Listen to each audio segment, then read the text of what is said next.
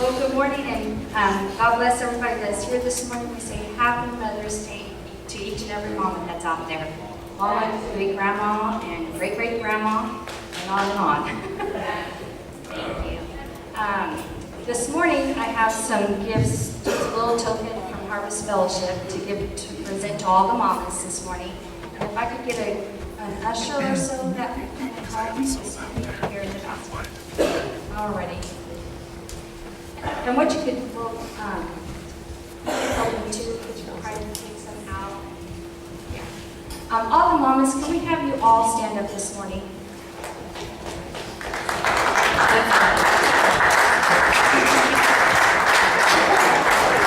Wow.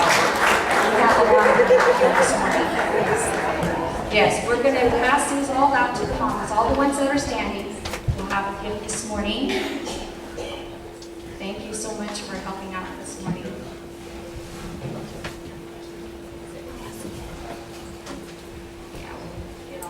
Wow, I think the moms got the majority this morning.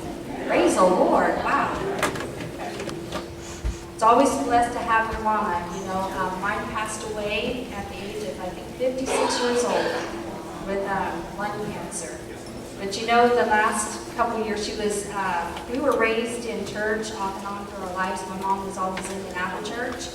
But the last couple of years, when she found out she had cancer, she really turned her heart back to the Lord and pressed through, and now she's up in heaven. You know, with my other relatives that are up there. So one day, I think it's going to come soon, the rapture's going to be here, and we'll be all going. Praise the Lord. It's good to see all the mamas here. It's just really a joy. And when today is my son's birthday, my son Timothy Wayne. He's not here, he lives in Santa Rosa. And I called him this morning to him happy birthday and everything. And on a Sunday morning, I went to church. And I was in labor all through the time I was sitting there, so I was counting the time of my contractions and everything. I was thinking, oh, it's probably just nothing, you know. But I went out the door, and this one older gentleman goes, well, you just go home and have that baby today. And I said, well, I would love to. So I went home, went to my mother's house to celebrate Mother's Day, and my back kept hurting. And I thought, dear Jesus, what is this, you know? So my sister was going to go and rub my back out, and as soon as I got down on the floor, I just barely turned, and my water broke. So I said, okay, I think I gotta go now. So went in and had my little boy. Well, he was 7 pounds, 7 ounces, but he became very big. He's my big boy. So big. Well, anyways, this morning I would like Kathy, if you could go ahead and put up my thing. And thank you, Kathy, too, for helping me out here. She is just so awesome. The message today, I've had this for a little while, but I was going to speak it to the ladies at the ladies group, and then we switched things around and something happened, and I wasn't able to, but that's okay. But today is, the title is Jesus Knows You More Than You Know. And I just want to know how many really think about that. How much that Jesus really knows you. This morning, we're going to turn to Jeremiah 1:5. And just the first part. I knew you before, sorry, wait till you get there, you read it up here. I knew you before I formed you in your mother's womb. Before you were born, I set you apart. And that's the part that I want to take from there, because he knew you before you even were knitted together inside this morning. So, Shayla, this morning, he knows you. He knows what you're going through. He's there. He's all around you. He knows you. And there's so much love out here for you through our people here this morning. He knows you better than anyone else. He knows you better than your husband, than your wife. He knows you better than your children. And he knows you better than your best friend. Sometimes we tell our best friend a whole lot of things. But you know what? You don't even know everything about that person. Only God knows exactly everything about you this morning. And this is probably not going to be so long, so you'll probably be lucky that you'll be out of here early. But we're going to turn to Psalms 139, 1 through 6.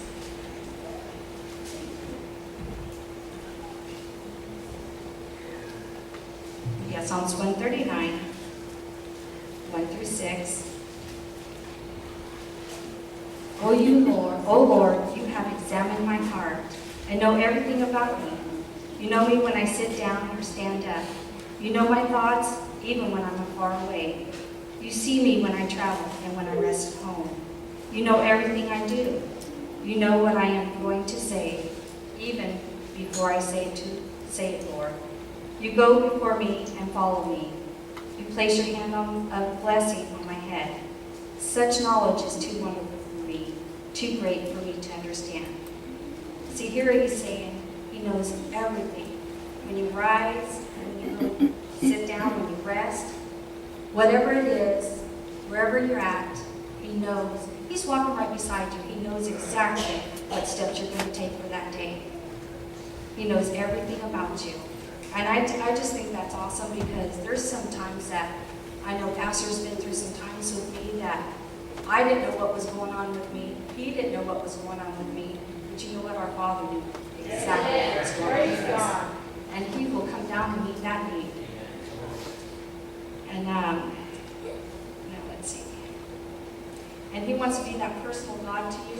He wants you to talk with him every day, every day. You know, sometimes we lose sight that, you know, we're going about our day because we're so busy and just going on and on about things of life and cares of this world. But he's right there beside us, and he's walking beside us, and he's just wanting us to turn to him and talk to him daily. He just wants that communion with us.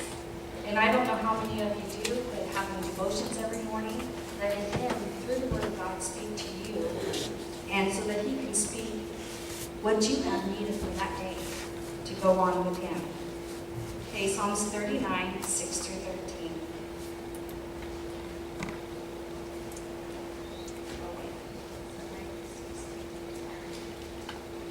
Okay, it was 13, I'm sorry, let me see.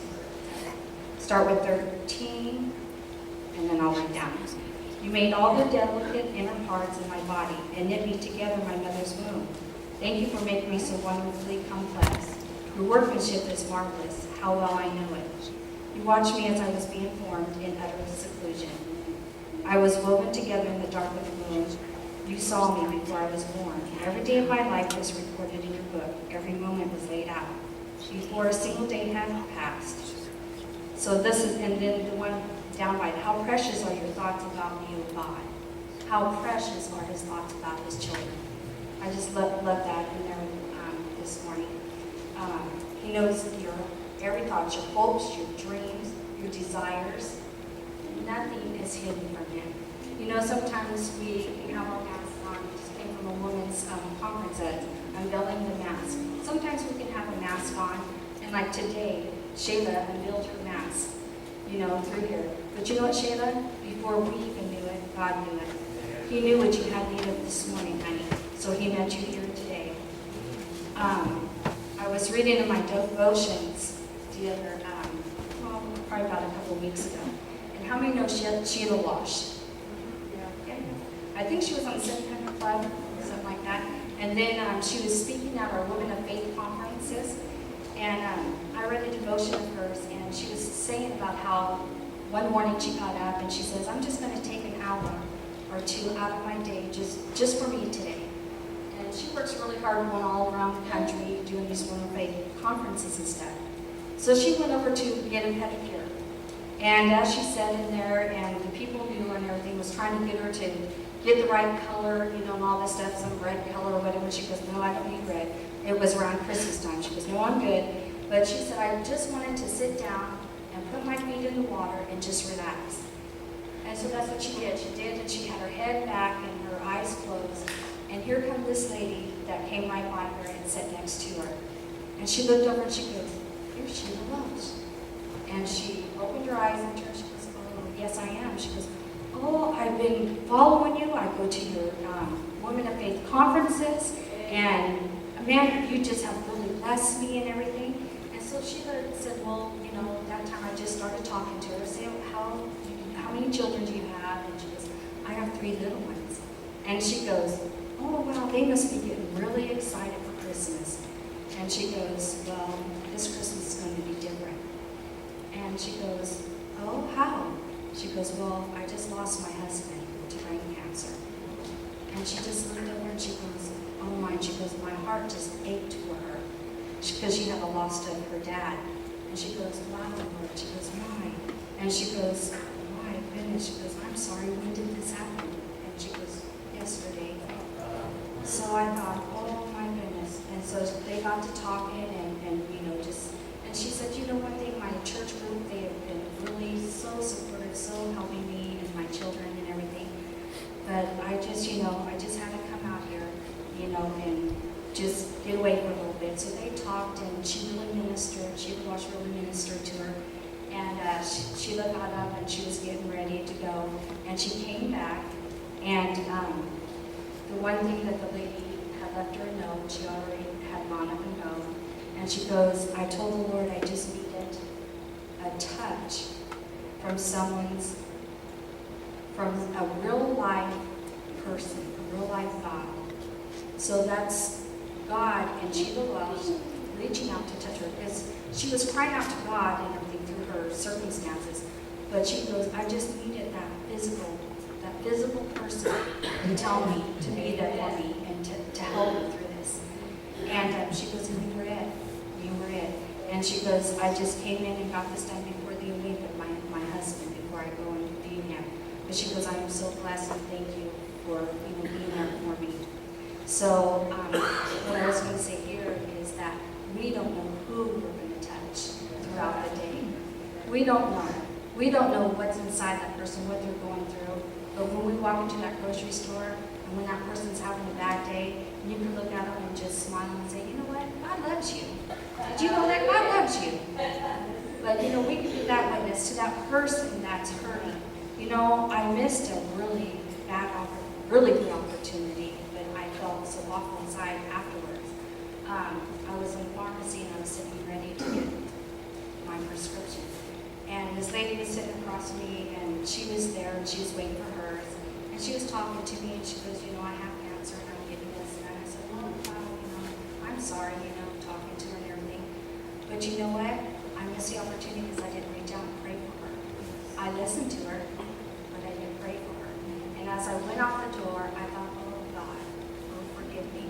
So there's those opportunities that He's going to have come by your way, that you're going to be that encourager.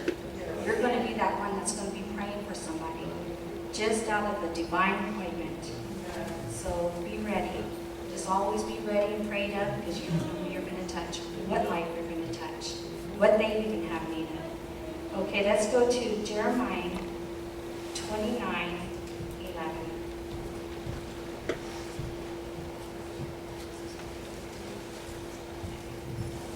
For I know the plans I have for you, says the Lord. They are plans for good and not disaster, to give you a future and a hope. See, I know that that's a very familiar scripture to all of us. But He does have a plan for each and every one of us. We have giftings inside of us, and He's there, and He just wants to crack it open and bring it out of you. So He has your steps. Your steps are ordered of the Lord. They are totally ordered by the Lord. And if we would just submit under God, and He will direct our paths in the right way that He has for us. We have to be obedient to Him and walk in His will way for our lives, because He has the best path to follow. I wouldn't want to go in this walk, in this journey, without Him leading me and guiding me. Because without Him, I can do nothing. I can absolutely do nothing. Let's see. And then number 3, Kathy, yes. He's with you always. Matthew chapter 28.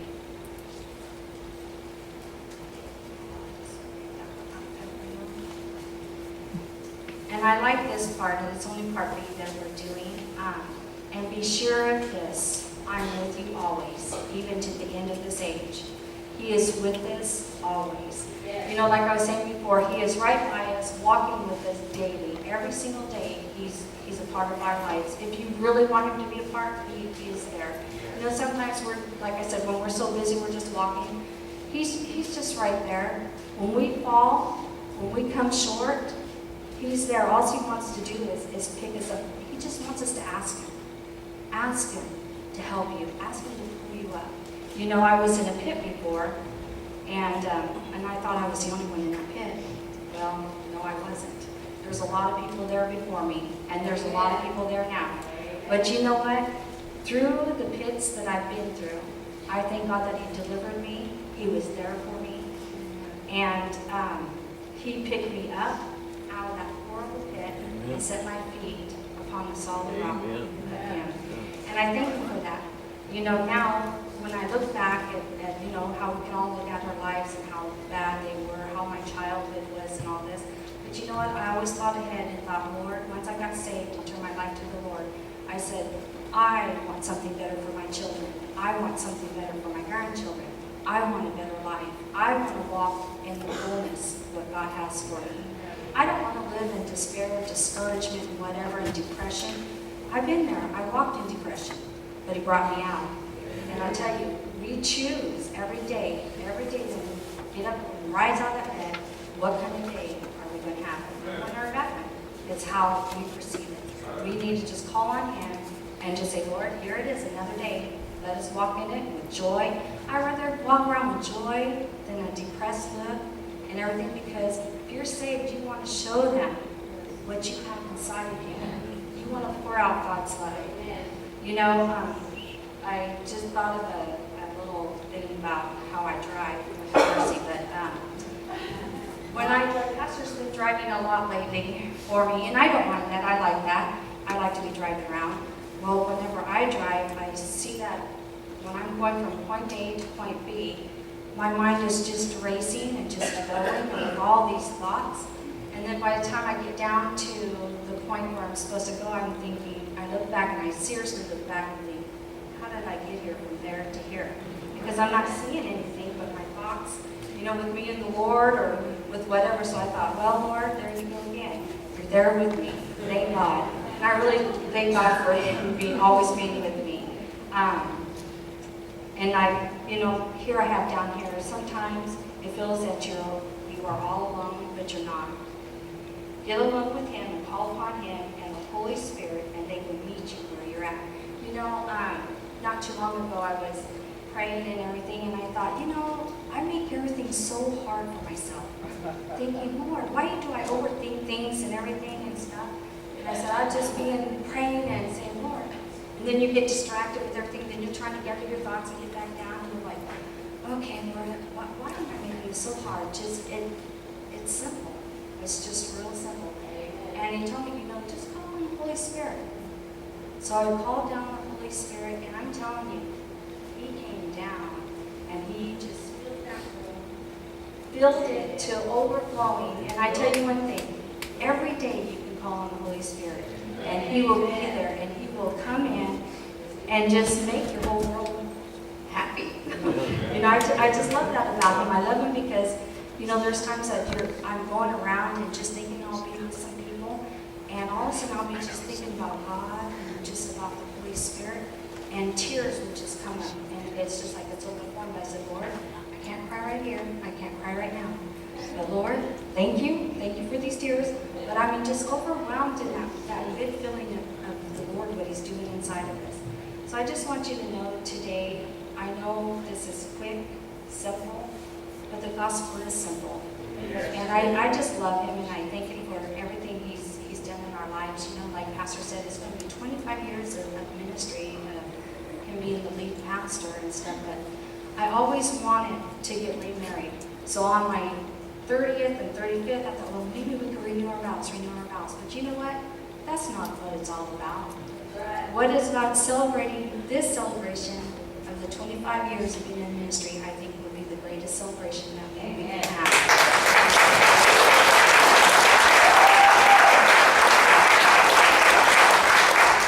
God is so faithful. You know, He gave us a beautiful church. He gave us, and the church is beautiful, yes. But I'm talking about the people. And we just love you guys. We pray for you guys. And we just want you guys to just go out there and children and teenagers, just respect your mama. Love that mama. She's the only mama you got. And why is she still on this earth? Give her those flowers. Give her those notes, those love notes. Just spoil her. Because she loved you. You know, she went into all that labor And all that 9 months, is it 9 or 10 months you carry these babies nowadays? 10 months, 10, thank you. 10 months of carrying these babies, you know, and you either have them regularly or you have them C-section and all this stuff. I didn't get my C-section until I had my major surgery, and there was no baby to come out after that. But anyways, but that's okay. I got my lovely little grandbabies, and boy, are they lovely. But we just say thank you for coming out this morning, and God bless you, and I pray that God will truly bless you mothers with a